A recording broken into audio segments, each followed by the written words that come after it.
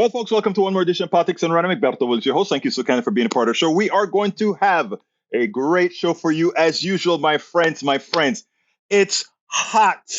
It is hot in Houston. It is 104 degrees in Humble, Texas, in Houston, Texas, in Kingwood, Texas. I can't take it anymore. Worse, my air conditioning is broken. The air conditioner is broken, and the repair person came in today. Well, one of them's broken, the other one isn't. So we have one trying to take care of everything, but it's hot. In this house, it's hot. Studio's hot. Let me tell you, folks, this is global warming, global change, climate change, all name it all whatever it's called. But it is rough, it is tough, it is hot. And let me tell you something, guys. I've been up since about 3:55 this morning. Well, I only got about 3 hours of sleep this morning because after preparing for my KPFT show, I had to drive all the way to the other side of town because we did Politics Done Right Live and You Talk Live, both KPFT programs that I appeared on both of them at the Black Hole Coffee House, where we had some issues to start with in the beginning, but then it got a lot better after we got all our connections and everything worked out. But anyhow, folks, when I left the house at 4:15, it was 80, I think 86 degrees, 85, 86 degrees. And by the time I was on my back, it was crazy. I know, though, if you actually, I have it. Let me tell you, I have a portable in the other place that it's kind of working fine. But I do appreciate the offer. If I was completely stranded, I would have said, "Hey, Ledo, come on over here, drink a cup of coffee with me, and bring that damn cool air, Ledo. Bring that cool air." Anyway, welcome aboard, Peggy Lopez. Welcome aboard, Bridge MCP. Welcome aboard, Paul Fleming. Welcome aboard, Eric Hayes, Melanie Keelan, Michael Rudnan. Tom C is in the house. We have a full house today. May Wood is here. Lee Grant is in the house, who always says, "Hey, y'all." E2247 says, Mitakuye uwasia etepu wapte. All my relatives, good day. Today's visit will be the greatest ever visit as usual. If you see me start to burn out as we go on, it's because I am burnt out. I'm tired. Yvette Avery Herod is in the house as well. Our beautiful Yvette is here. Melanie Keelan from Barcelona, Spain. Who else am I missing? Paul Fleming Sr. ATL checking in. I know you guys aren't as hot as we are. And of course, the one and only AVQ, Michael Rudnin, taking good care of the kittens, who Melanie Keelan wants to ensure that those kittens are doing just fine. Peggy Lopez says, "Hi all, another very hot day here." No, that is in California, right, Peggy Lopez? Luckily, I have no need to go out in the heat. Now for the iffy around here, power to stay on. We've been having the same problems in Texas as well. I think the guy came to try to repair the air today, and what he said is the circuit board went out. And, we've been having all these brownouts and stuff in Kingwood, and I have a feeling that is what occurred. I have a feeling that's what occurred. Egberto, to you, you need to get out of the house, find a place to hold up with AC. Any triple digit temps is dangerous. Hey, Michael, I was at the Black Hole today.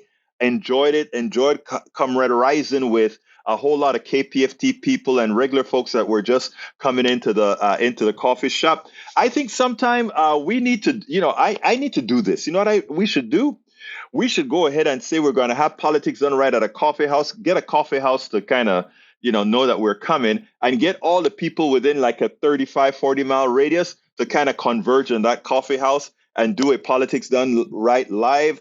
It worked out very well today. I didn't get all of it on video because, again, we had all kinds of things. And when we got everything stabilized, I didn't want to throw the high-speed video out that could have destabilized the internet. We have to work out a few kinks. But altogether, while in the coffee shop, we were taking calls and doing all that stuff on the You Talk show. We didn't do it on my show because I didn't have the setup right for the connections yet, but we are going to have it better as we get along. Let's see what else we got here. Paul Fleming says, "My air conditioner is struggling. I call for it to be serviced." I hear you, buddy.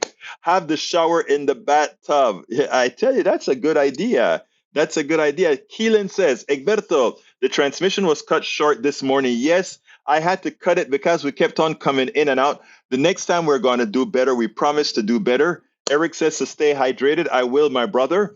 Let's see. What else we got here? Alistair Waters in the house. The AC in my vehicle isn't working, and my attempts to find out why aren't working. Current status melting. I hear you. When those things go out, it is tough, especially because while you're driving down the freeways in Houston, guys, it may be 104 degrees in Houston. The freeway is 110 to 115. All that concrete and that air is blowing hot. Alistair, my beautiful Alistair, I feel for you. I feel for you. Yvette Avery Herod says, that heat is no joke. Please take care of yourself.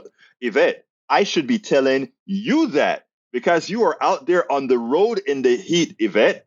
In fact, let me ask you, how are you doing? Because I tell you, you guys just won air conditioning in the new UPS trucks. But I know there are a lot of trucks that are still on that don't have air conditioning. So give me an update as far as how you and your truck's doing. E2247 says, speaking of hot, see Jeff Goodell, the heat will kill you first. Life and death on scorched planet. That's interesting. I'll check it out. E2247. Paul Fleming says, I have a portable AC unit that's making up the difference. Yeah, my daughter's room, we want to make sure and keep her very comfortable as she is recovering. So she has the portable thing in her room. So my wife has been sleeping in her bedroom. And you know what? She loves it. A 32-year-old with her mother in the bed with her, they're enjoying it. They're just enjoying it. Egberto, I meant to say have the show in the tub. Oh, Bridge, are you kind of getting like that with me, Bridge? Nah, I'm kidding, girlfriend. I'm kidding, girlfriend. I'm kidding, girlfriend. But that's a thought. Tom C says, high of 70 degree in mid-Michigan today. Y'all welcome to come up here and cool off. I know, getting that nice, cool breeze off those frigid lake, right? The Great Lakes, I can imagine. Let's see what else we got. Eric says, wear long sleeves as your sweat will keep you will vent through a window. Yeah, yeah. I think there are actually some clothes that have the pores in them for you to sweat and for that to work. I think you're right about that, Eric. Bree says you usually, Eric, you have to have it vented through a window. Yes, you do.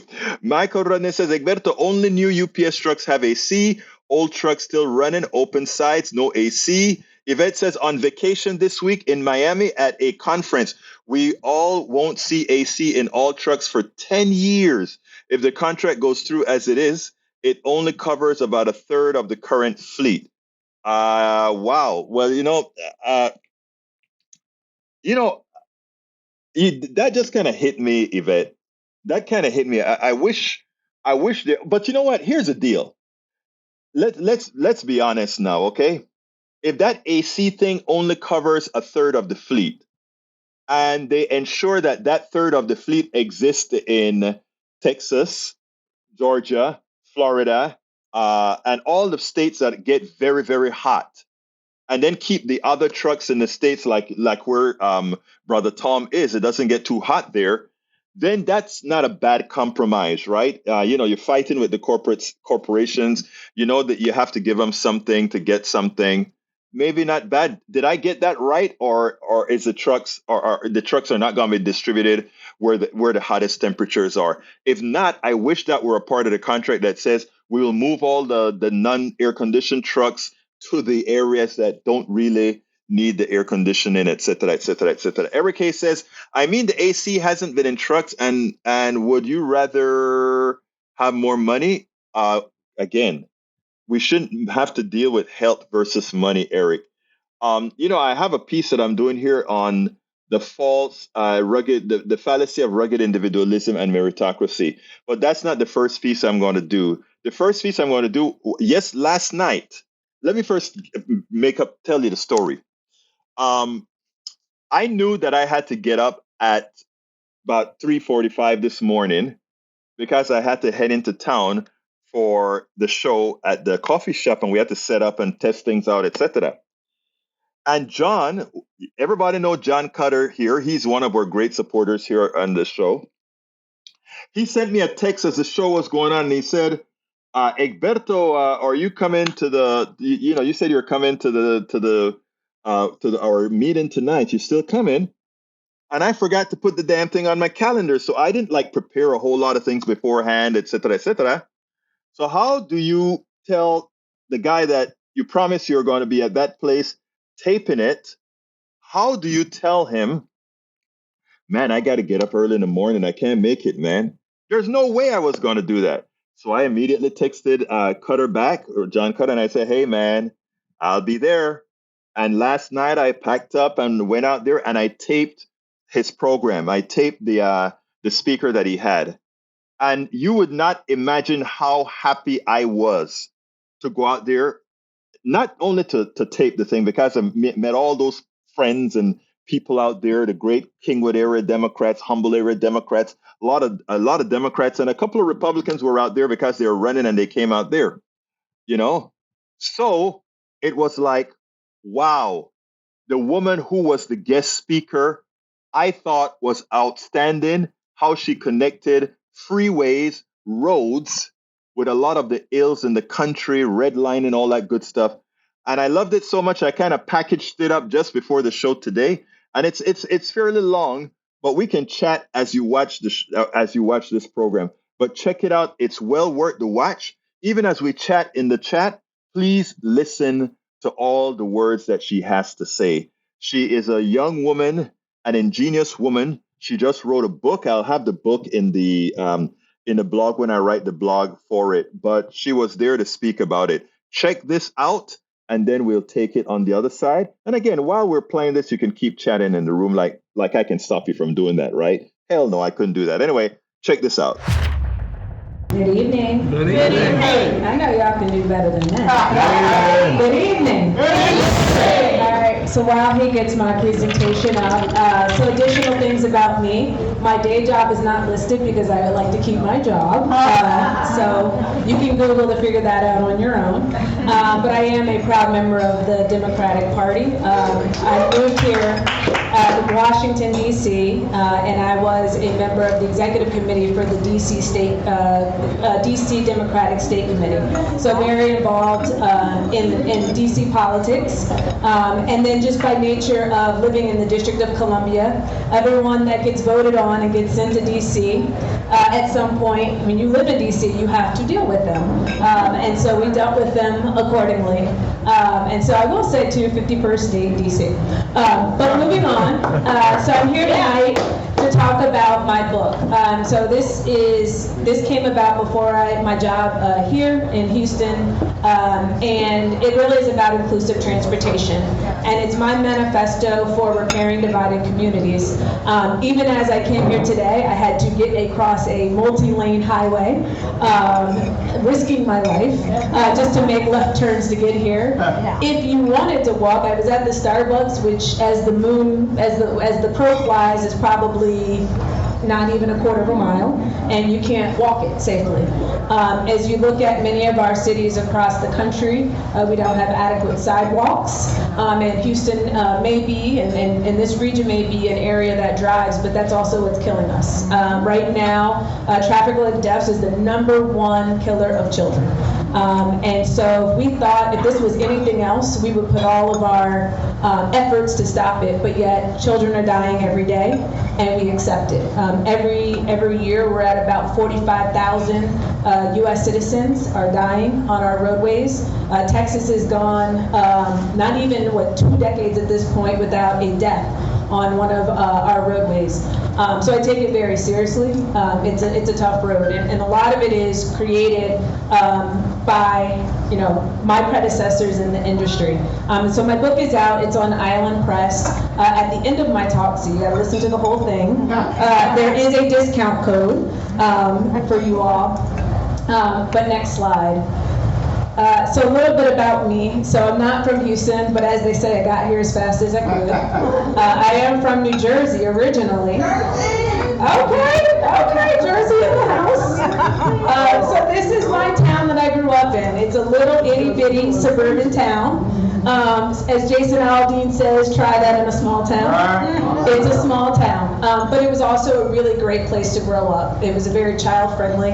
I walked to school. We had no bus system, so you had to walk. We had walkable areas. This is the little downtown area. I grew up about 3 blocks north of here. But even kids as young as kindergarten walked to school. And we could because we weren't feared for our lives of, big vehicles driving fast, running us over. And it really was a great place to grow up. My mother and my father commuted into New York City by transit. And so, it formulates who I am as a person and what I know suburban areas can be. Next slide. A little bit more about me. So I'm one of the co-founders of Black Women Bike, located in the District of Columbia. And so even though I'm gone, the leadership is still carrying it on. And so what we did, I'm really proud of, we got a lot of Black women biking. When you look at health indicators, I heard a lot of the candidates talk about healthcare and all those things.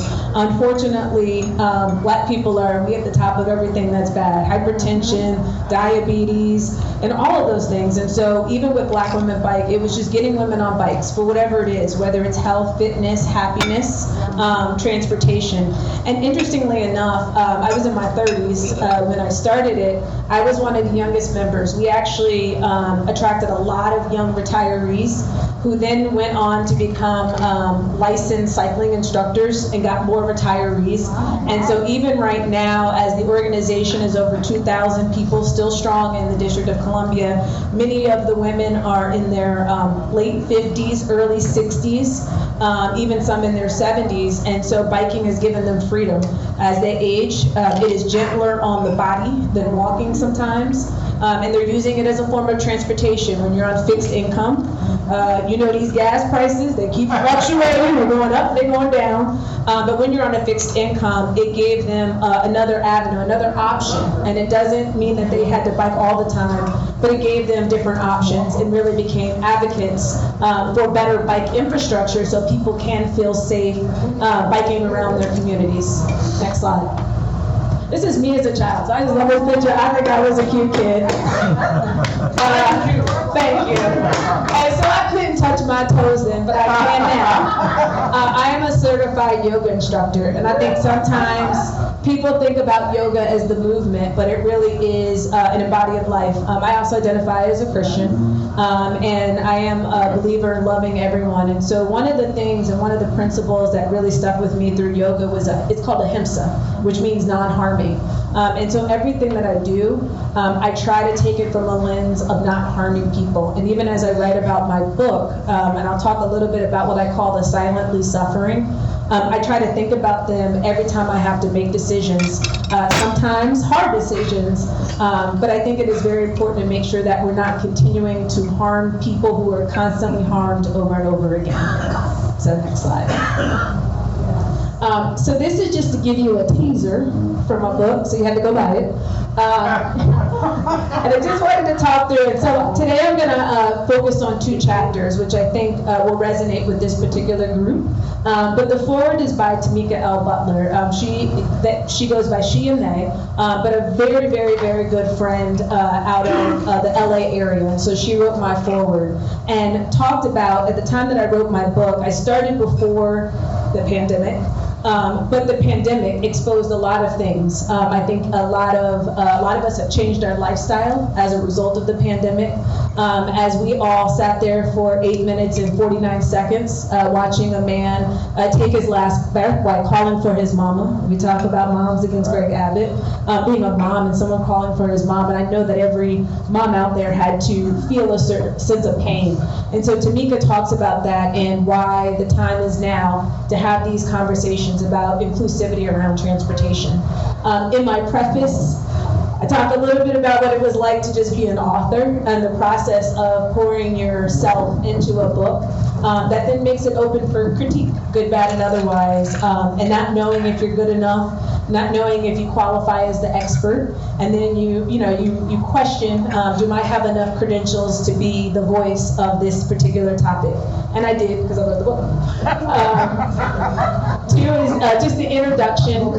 So it lays a lot of framework. So when we talk about how we got to where we are today, and I'll get into that a little bit, it just lays a framework for how our transportation system looks the way it does today.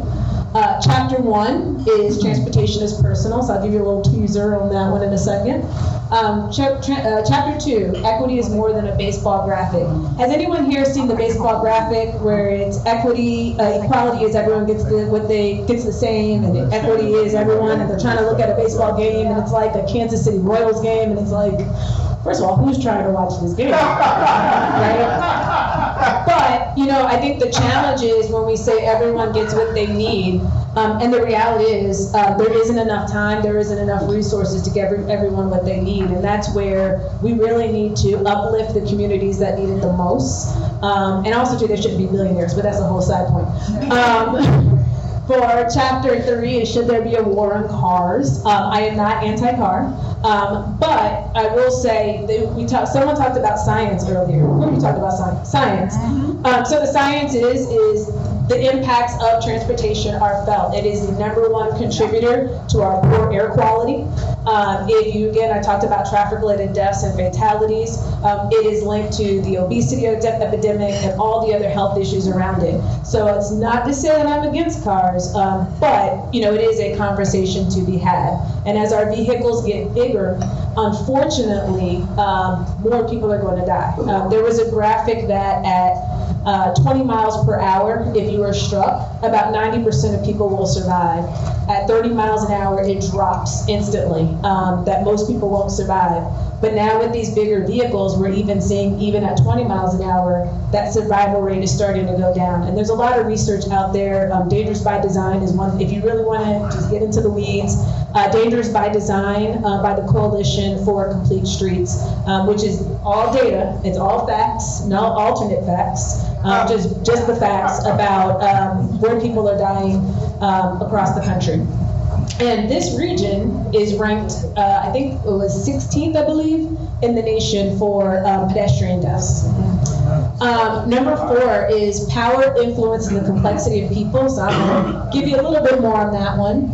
Chapter 5, bringing it all together, is really written for the engineering and planning industry. But I think as people who are interested in these things, chapter might interest you. And then 6, we'll really get into that, and that's the task ahead. Next slide. So how do we design our system? I'm not making this up. Feel free to Google. So next slide. So this is a picture. It's what I call, what is this? It's the American dream. And so when you look at suburbanization and what happened, you had people who wanted the suburban dream of a house, a picket fence, a dog, a cat, and a vehicle. And so that was around the 1950s is when you first hear the term American dream. And at the same time, so we're in the Jim Crow era, you have redlining, which has been now proven. So there is redlining, and a really great book, if you are interested, called The Color of Law, that documents redlining in several cities across the United States. So you had redlining, you had protected covenants. And even the thing that's interesting to remember for people, even with protected covenants, it also included people who were Irish, Italian, and Jewish. And many of those protective covenants still exist today on deeds and the deed restrictions. And I know that even here in Texas, there has been a big effort to attempt to get those removed, but they still exist across the country. And so next slide. And with that, and the American dream was about a very particular type of person, one would call the WASP. And this is a Google. This is literally a screenshot of my computer. And when you look at American Dream ads, this is what comes up. What do you notice? Okay, yeah, they're all white. Great. Next slide. Good job. Powers of observation. This is the one slide that doesn't have white people featured, and this is people who are waiting in line for food. So next slide. And so when you think about our transportation system, that's how we got to where we are. So this is a map from 1960 of East Baton Rouge. Anyone here from Louisiana? No, family from Louisiana? Been there. Been to Louisiana. We'll go with that. All right, so East Baton Rouge. And so what this is it's kind of hard to see, but it is a parcel map showing property ownership. And then it's kind of faded, because again, this is from 1960. You see this faded line. And so that's where they were planning Interstate 10. through East Baton Rouge. Next slide. Okay, and who lived in East Baton Rouge? Mostly Black and Italian. So the arrow points to a property owned by my family. So my great-grandmother had a house in the front, and then my grandparents had a house in the back. And my mom lived in that house until she graduated high school. So next slide. So this is a picture of my great-grandmother's house that you see from the area. That's my uncle. I know, he's so handsome. So that's my uncle. And then next slide. This is what it looks like today. And so everything is gone. The back tree, that's where my, that back pillar here, that was where my grandparents' house was. And so all of that now is I-10. And even for me as a child, I went to go visit my great-grandmother, so I was fortunate enough to know her, and visiting her house at 8 years old, and her house was actually under the highway. So my grandparents sold that house probably when I was around 8 or 9, and then she moved in with my grandparents. And so I say that to say, because I think sometimes we think about these highways, and it can feel like it was something very, very long ago, but my mother is very much in her right mind, and she remembers everything. And then there's family stories of like cows going off the highway, and I haven't been able to verify, but you know how families are. And so there's people, even if we think about this region, who remember what it was like before the highway came, and before it was expanded, and before houses were removed, and all those things. And that's the impact that we have. And I will give a lot of credit to the Biden administration and the members of Congress who voted for the bipartisan infrastructure law, not the ones that didn't. Yeah. For the ones that did, because there has been a huge focus on reconnecting communities. There has been a huge focus of at least making some attempts to get restoration, because there's scars in every city that you see across the country where neighborhoods were just completely demolished. I experienced recently where there was a road, and in the middle of the road are still bodies from a cemetery that were never removed. And so it is still, we're still reaping the residuals of decisions that happened in the 1960s. So next slide. And so I will skip ahead to chapter 4. So in chapter 4, I talk about power, influence, and the complexity of people. And although I'm writing it from a standpoint of transportation, I think it is relevant to a lot of the conversation that I heard, a lot of the things that the candidates mentioned. So next slide. So this is a picture of really, really, really, really awesome people. I had an opportunity to go to Salzburg Global Seminar in Salzburg, Austria. And so in Salzburg, it is called the Meeting of the Minds, where they bring people from all over the country to just discuss a topic. And whatever the topic is, and whatever happens, or whatever comes out of it, happens. And so my particular seminar that I went to was talking about the built environment and the impact on public health. And so you had people like me who were engineers, you had planners, you had activists, you had community organizers, you had people from the medical field, both from practicing doctors as well as people on the public health side, and just bringing us all together. And so my group, one of the things that we talked about was power and privilege and how it plays out. And this ended up being the basis of my chapter 4. So next slide. So this is just how we defined it. There's a lot of definitions out there. But we define power as the ability to direct laws, policies, and investment that shape people's lives. And that can look a lot of different ways. And depending on where you are, your power might be a lot, your power might be a little. And there's always the power of the collective body of people when we come together to push for these laws and push the people in power to have better laws. And then we talked about privilege, which can look a lot of different things. Next slide. So in privilege, we just call it accumulation of special benefits. And so it can look different for different people, depending on what it is. You know, there is the privilege to be able to walk outside and having sight and be able to see, and not having to worry about how you navigate your space. There's the privilege of not worrying if you go to the bathroom and people are going to harass you because you may not fit what their view of that gender is. And so there's a lot of privilege around that, and so it's each of us recognizing the individual privileges that we have and how that plays out. So next slide. And so then lastly, this came out of the Salzburg Global Seminar. So lastly, we came up with this 3-part framework.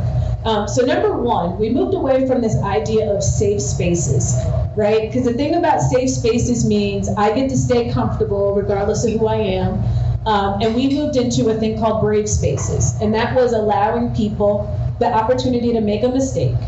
Maybe you accidentally misgender someone, but you are doing your best to understand and be better. It's the recognition that we're not going to be right. We're not going to always get the language right, but having the bravery to continue to show up, to continue to learn, and continue to every day push ourselves to be better and strive for a higher level of consciousness. 2, we said understanding the role that power and privilege play in different decisions. And then lastly was really analyzing and challenging all of those privileges. So in the next slide, and again, this is a teaser. This was my favorite chapter to write in chapter 4, just so you know. And so from a transportation perspective, I really broke the stakeholders down into 4 different types of people. So there's people in power, there's naysayers, there's champions, and there's the silently suffering. And so briefly, people in power can look like a lot of different things. There's the elected people we empower to represent us, and I know that you heard from many of those candidates there. But there's also the people that influence them. There's people who have influence, and I know that each of us has like the informal mayor of our neighborhood that has a lot of power that no one gave them, but yet they yield their power. And so it's understanding the power that you have and understanding who the people in power, what motivates them. How do you hold them accountable, especially for the people that you've elected to represent you? How are you holding them accountable once they are there and they're representing, hopefully, you? The naysayers. So back in the day, they used to call them NIMBYs, not in my backyard. And the NIMBYism movement actually grew out of kind of that environmental movement where people were trying to put very harmful things in communities. Over time, that has shifted to other things. And so when you think about things like zoning, we talk about, I know housing affordability is very important to a lot of people. But zoning becomes the tool that people say, oh, no. I think there should be affordable housing, just put it over there, right? And so that is a type of naysayer of you are attempting to get to a goal where everyone can have a thriving life. And people are like, I agree, just not here. And it's playing out. I was just scrolling on Twitter in San Francisco. Somebody was carrying a casket down a street because they were getting ready to move parking spaces for a bike lane. And they were like, no, this is horrible. So it's the naysayers. And then there's a carefulness with the naysayers because there's some that it really doesn't matter what it is. They don't want any change. They are perfectly fine with the status quo. It doesn't matter who is left out, who is harmed. I am perfectly fine with how things are. And then there are people who, I'm not necessarily against it, but I have this concern. And so I do encourage my engineers to understand what is that true concern and to see how you can address it. And then your champions, that's you all in the room. Were you guys champions? Yeah. Yes. So the champions are the things who passionately want the change every day, wanting the change in the fight every day. And so very important allies. And also with champions, ability collectively to use your voice to influence who? People in power. Yes. So it's very important. And then even with champions, a very critical thing, and I brought this up at another book talk, is making sure you are a trusted advisor. And so always being able to come with an authenticity with everything that you're saying and you're reflecting. So making sure that you are a good champion. And then lastly is a group I call Silently Suffering. And so when we were doing our power and privilege analysis, there's this group that just always tends to get left out of the conversation. And that's because, especially for government, public meetings are held at night, during people's bedtimes. You have people who work shifts and they're at work. Yep. And so they're never able to participate. And what really brought to light all of this is during COVID. And so I know that there was a lot of fear out there. We didn't know what this thing was, and everything shut down, including transit. And so you had people, and everyone talked about the doctors and the nurses, right? And we said, oh, the essential employees.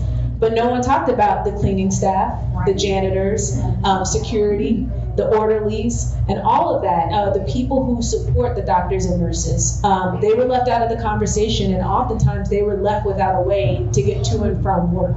And that is what I mean by the silently suffering, and making sure that in everything we do, we're keeping them in mind, we're engaging them, and we may have to engage them differently. I shared an example of working on a public transit project where we literally, looked at the data to figure out when people were getting off the bus, never on, off the bus, and we set up a meeting in the bus stop. So you couldn't miss the meeting, it wasn't inconvenient.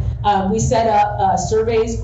When someone's getting off a bus and they're trying to go to work, you got about 2 minutes. That's it, you got 2 minutes. So it's getting to the pitch quickly. And then being very focused in the questions that we ask. If someone has 2 minutes, this isn't the time to say, tell me what you want to see. We don't have time for that. So getting to the point quickly. And so the data and the feedback that we got actually helped move forward, otherwise would have been a hard project to advance. And so just in everything you do, always think about the people who are silently suffering. Next slide. And this is my favorite chapter. So let me tell you, so I didn't write the chapters in order. I wrote chapter 4 first. Again, it was my favorite chapter to write. I probably rewrote it multiple times. I wrote chapter 5 was an easy chapter. I wrote 1. 2 and 3 were hard because I was trying to figure out what goes in 2, what goes in 3. But chapter 6, let me tell you, Texas. Being here, I had scrapped my original chapter 6 and had to write a whole new chapter 6. So I'm as I mentioned, I'm from the East Coast. I mostly have lived in blue states. And even growing up in New Jersey, we did have a Republican governor, Christy Todd Whitman. She was actually pretty reasonable, as a governor. EPA administrator, but she was a really, really reasonable governor. Outside of the whole, what do you call it? Profiling, racial profiling of state troopers. That aside, but that problem exists in a lot of different states. But being here and I feel like I'm in the belly of the beast. And it really opened my eyes to a lot of things. And I'm giving you all this because, it is very easy living on the outside to be like, oh, Florida go to Florida, Texas go to Florida too, and Texas go to Texas. Oh, that's just Texas. But the thing I've realized being here, now that I've seen the other side and I've been here, I see that this is really just the test bed. Florida and Texas are just the place where people come to test how far they push, and if it works, great, then we'll go do it elsewhere.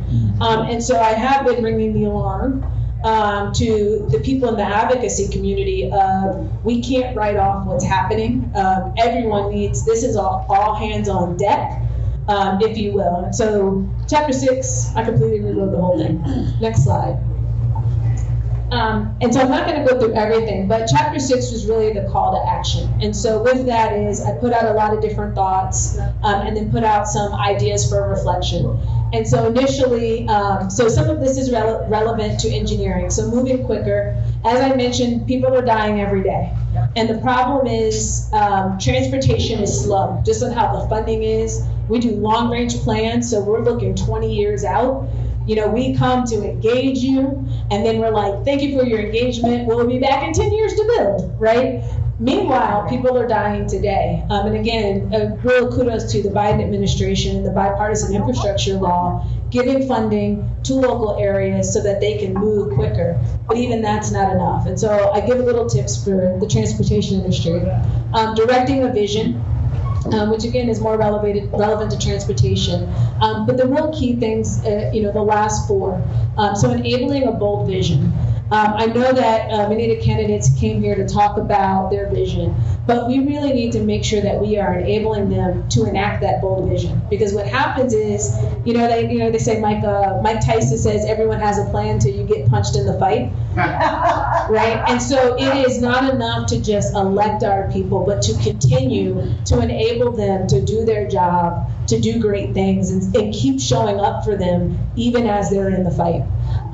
Increasing diversity. I know that there was one candidate that said that they would be the first person of color to ever hold their seat.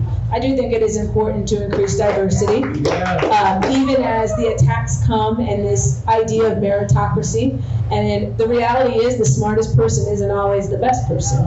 There are some people who I know that are very book smart and don't ever need to lead anybody but themselves. Lastly is practicing, it's supposed to be empathy, pardon my typo. I have a child, I just blame everything on the child. I was practicing empathy. But it really is about practicing empathy. And what I go in this is it's making sure to put in the effort to decenter yourself. And it can look like a lot of different ways. It doesn't have to be something performative. It could be something as simple as I love reading, and so I am very intentional to seek out books where the main character, the protagonist, is someone completely unlike me. And I've read books where the protagonist was a transgender woman, and it was a sci-fi. I read books where the protagonist maybe had a disability, and so what it does is it's a fiction book, but in that author, particularly when they're writing from their representation, you get to see their thoughts, you get to hear their anxieties, so that you can just have a better understanding of people. And then lastly is understanding the opposition. I know that you all know your opposition very well. But really understanding the opposition, understanding what is motivating them. And I will say, just speaking as me and no one else, don't email my boss and get me fired. But I will say, we are really up against something in this nation. I think that in the Hamilton song, the nation's fighting for its very own soul. And that's how I feel right now, the just constant attacks on people. And particularly as someone who, again, identifies as Christian, I just don't see how hating someone plays into Christianity.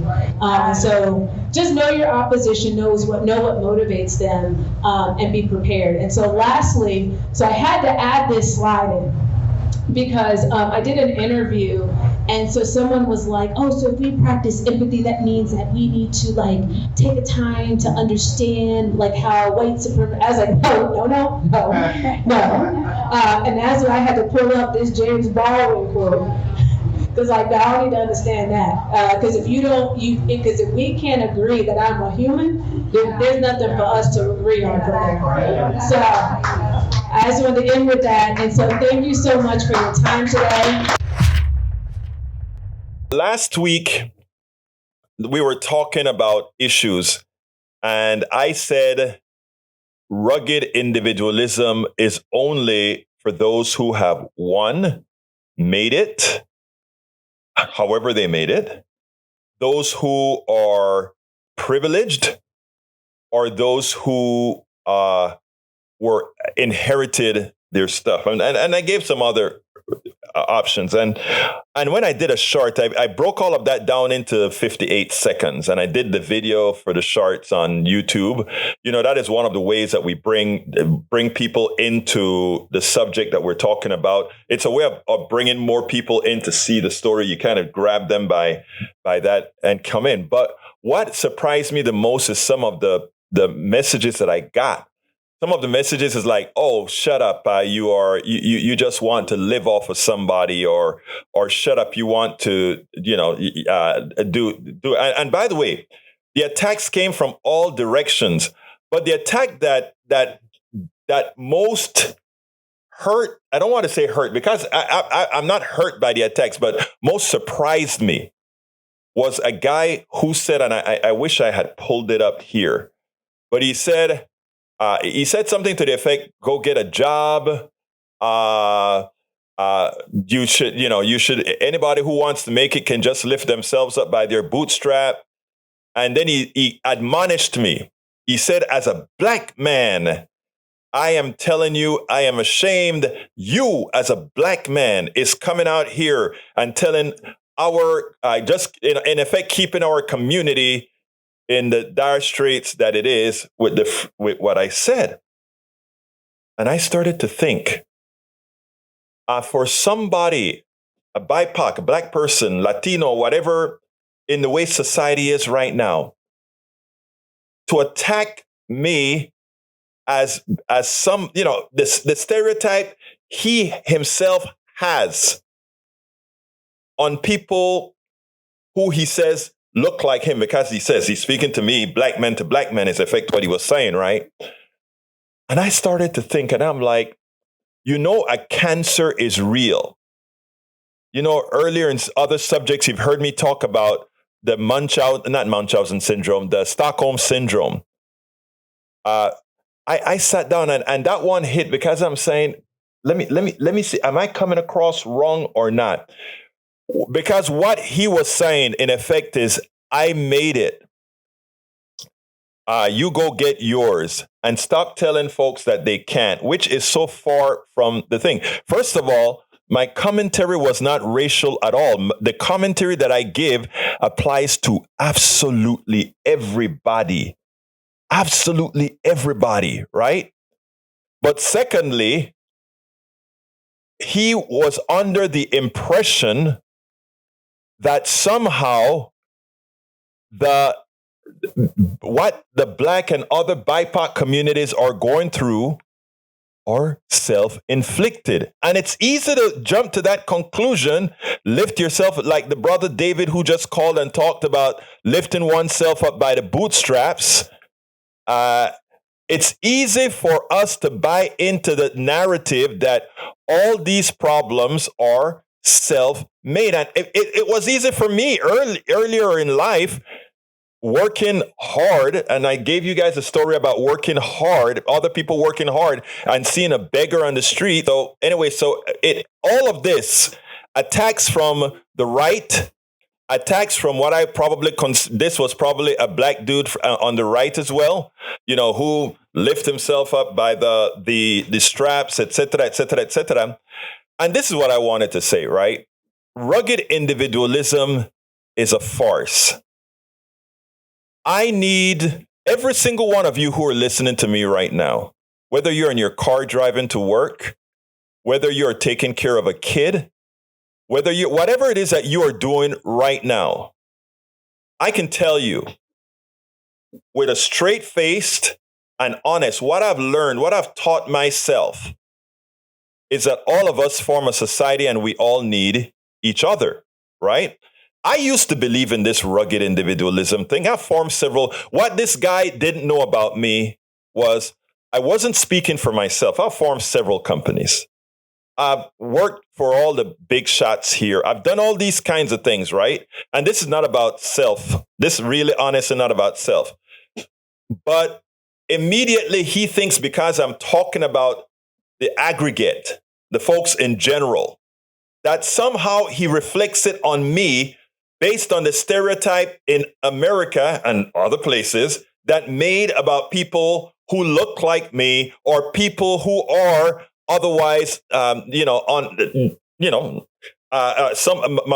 white brothers and sisters in Appalachia who nobody gives a hoot about, right? My Latino brothers and the whole issue about individualism is that is what it creates. Right?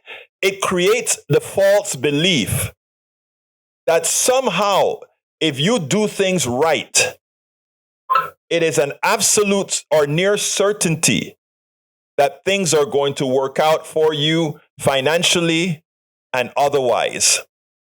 And if you don't follow those rules somehow, it won't. But worse, it goes under the impression that we all have equal access to success, right?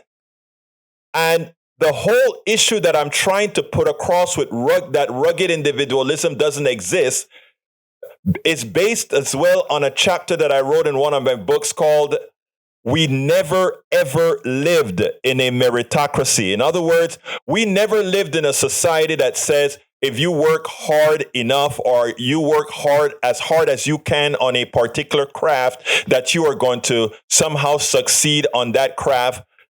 It has never been true. We have the semblance of truth. I'll give you the church example. Beyonce is probably a billionaire by now with the music that she makes. And Beyonce can sing, Beyonce can dance, Beyonce can do all these wonderful things that entertain people. But my wife goes to a church that have a great choir, a great band, and there are orders of magnitude of women in her church that sings just as well as Beyonce. Some better than Beyonce, some worse, a lot of them much better tonality, better hold their notes better. For anybody who knows music, they know that in as much as Aretha was a great singer, Aretha never held on a particular note. In as much as Beyonce is a great singer, as a popular singer, if you were to put a meter on her voice, she doesn't have the perfect holding of the tones, etc. So that is not what makes it that she is a star. Somebody decided, of all these people who can sing as good, a little bit less good, a little bit more good than Beyonce, Beyonce is the one that we picked. Same thing goes with lawyers. Every year, thousands of people come out of law school, and a large percentage of them are on the streets. When I say on the streets, are doing menial work as lawyers. And I can talk about engineers. A lot of engineers that I knew. I worked for NASA, PR. I worked for a lot of companies in the 5 years before I formed my own company, right? And I used to have a chip on my shoulder thinking, I'm so good at what I do. BS. There was a bunch of other people that could do it. There was some reason I was chosen, and it wasn't some special reason. There's a good possibility, and I gave you guys a story that in one particular company, even though I was qualified, I know that affirmative action had a reason that I was chosen for that job. What I'm trying to get across, folks, is this rugged individualism that tells us that if you are an individual, you can attain whatever is crap. Okay? You have to be chosen the way our system works. It's not about handouts. It's not about that. And when you look at a particular group of people or a class of people that somehow seem to be over underprivileged, and you see the people that society wants to criminalize, or says, you see how those people behave. I don't look at how things are. I look at how things got there. We'd spend exactly. I love this thing that I'm sorry that Rodnan had to go, because he showed the difference between equality, equity, and removing barriers. He had another one, but I prefer this one. Creating equity has some faults. It still leaves certain systemic things in place, but actually removing the barriers is what it's all about. I love that graphic that Rodnan sent us here. Now, when it comes to Yvette, I'm not trying to disparage my good friend Beyonce. I was just trying to make a note that I know so many people who sing so much better, but they will never make it. There are a lot of incidentals that go into where people are, and this stuff about rugged individualism is what makes you move forward. It's a lot more to it than that. That's all. It wasn't to disparage your cousin, okay? It wasn't to disparage your cousin, my dear Yvette. I don't mean that. Bruce Pollard says, not just chosen, but lucky. Both of them, Bruce, I agree. Let's see what Eric is. You can't assume you have to be a victim as you are already defeated. Then I don't ever believe I'm a victim. Ever, ever, ever, ever. It said chance favors the prepared mind. Actually, what I would like to see, Lee Grant, is a scientific study whether that is true or not. Because in the past, I believed what you just said, Grant. But when I see now some of the people who've had success, let's make Eric's day. Biden's son had nothing to do with luck in the proper sense of luck. It just happened to do with who his daddy was, that he could somehow get $25 million or however many millions it was that was catered on to him, right? So, I don't think there's a much disagreement here when we look at things as far as whether they are, whether it's a meritocracy, rugged individualism. We have to get away from how they use us. They use those things to mold our minds into becoming slaves of the capitalist structure. That is the reason I bring this up a whole lot. Anyway, folks, we got to get out of here. But I want to ask all of you who can to please subscribe to our newsletter. It is at politicsdoneright.com/newsletter. Politicsdoneright.com/newsletter. Please support what we do here. That is how we get stuff done. Bruce says, I think in many cases you can optimize being chosen, but sometimes things limit it. Very true. Robert Davenport says, being a victim has nothing to do with being defeated. Exactly right. And again, I don't believe in victim mentality. In fact, I was just talking to a friend in Chicago where I told her, I know exactly what I want and exactly where I want to go. Right. And I'm focused on those particular issues. Right. I mean, there are a lot of obstacles to get there. I'm not a victim because of a lot of those obstacles. But, we have to work on these things together, brothers and sisters. We got to work on these things together. Now, again, I want to ask all of you that are listening, please subscribe to my newsletter. That helped move us along. politicsdoneright.com/newsletter. Again, one more time, politicsdoneright.com/newsletter. And by the way, if Daniel Ledo is still in the house, look, man, you touched me. Thank you very much for the offer. I'm glad I don't have to do it right now. If I did need it, though, I would love to have taken you up on that as well. I'd like to thank brother John Cutter for sort of tickling me and reminding me that I had a commitment, because the speech that Nicole, I forgot her name now, that she gave, there was a lot deep inside of that. Anyway, I got to get out of here. Why are we afraid of the concept of the word or concept victim? Not afraid of victim, but afraid of, but don't like how some people have changed the meaning of the word. My name is Egberto Willis. This is Politics Done Right, and you guys know how I end this baby. I am what? We spend a lot of time deconstructing the news, trying to parse it into a form that everybody can understand. We try to find those little nitpicks where it flies above the fray, etc. If you really like these videos that we do, I want to ask a big favor. Please go ahead. Number one, subscribe to our channel. And number two, please join if you can. Thank you so kindly for watching. Keep watching. Please remember to share. We must populate the entire internet with our progressive message, a message that we know is what most Americans say that they want. So help us, please join.